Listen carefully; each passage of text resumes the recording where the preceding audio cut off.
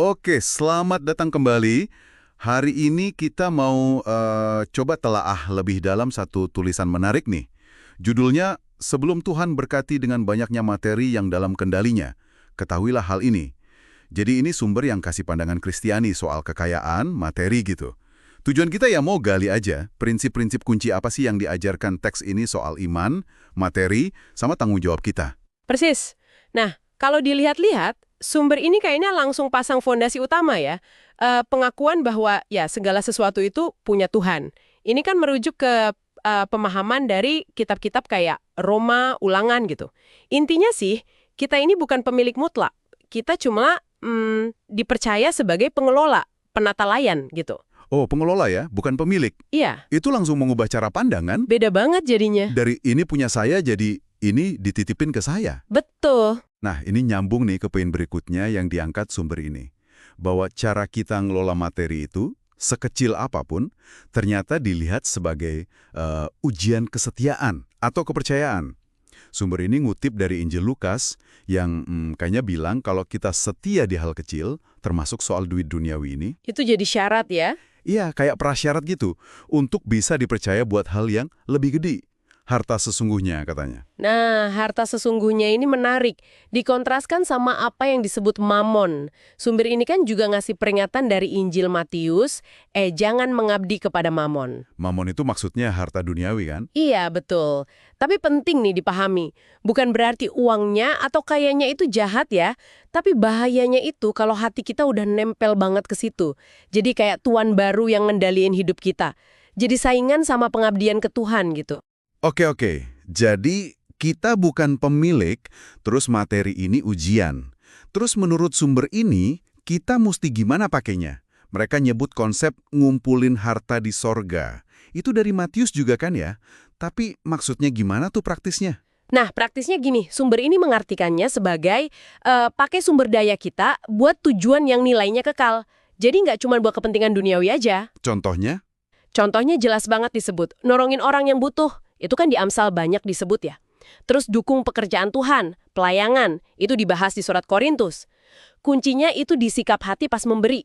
Bukan karena dipaksa, tapi seneng gitu ngasihnya. Sukacita ya? Iya, sukacita dan iman. Percaya kalau Tuhan bakal pelihara. Kayak yang diisyaratkan di Lukas juga. Memberi dengan sukacita. Itu penting.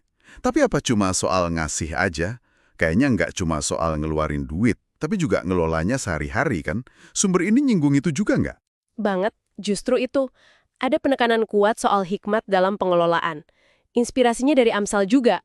Pentingnya bikin rencana, nggak boros, nggak hambur-hamburin apa yang dititipin.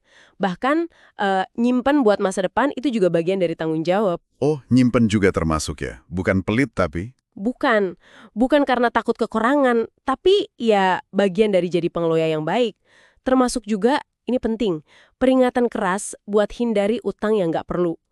Yang bikin kita kayak jadi hamba pemberi pinjaman. Semua pengelolaan ini ya harus lahir dari hikmat, katanya gitu.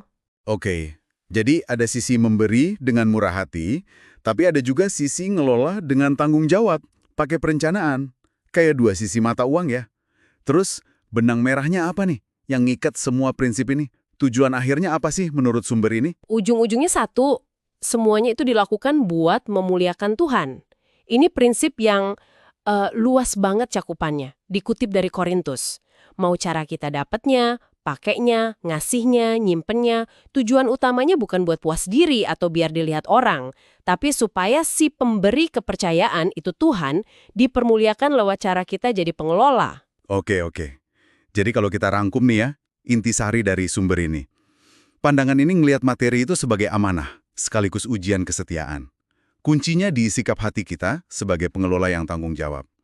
Fokusnya ke nilai-nilai abadi, terus diwujudin lewat kemurahan hati, peduli sama orang lain, ngelola dengan bijaksana, Dan yang paling penting, dan semuanya diarahkan buat kemuliaan Tuhan.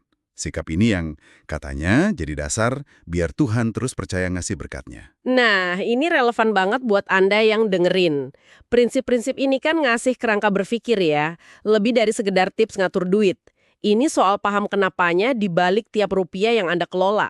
Nggak peduli besar kecilnya, mendorong kita mikir, apa sih tujuan dan tanggung jawab kita sebagai pengelola ini? Dari yang kita obrolin tadi, ada nggak prinsip tertentu yang paling kena gitu buat Anda? Iya. Nah, sebagai bahan renungan aja buat kita semua ya. Mari kita balik lagi ke ide utama dari Lukas yang dikutip sumber ini. Kalau kekayaan itu ujian kesetiaan. Pertanyaan buat kita mungkin, apa sih yang lagi kita tunjukin ke sang pemberi? Lewat cara kita ngelola apa yang ada sama kita sekarang? Nggak peduli jumlahnya seberapa. Sesuatu buat Anda pikirkan lebih lanjut.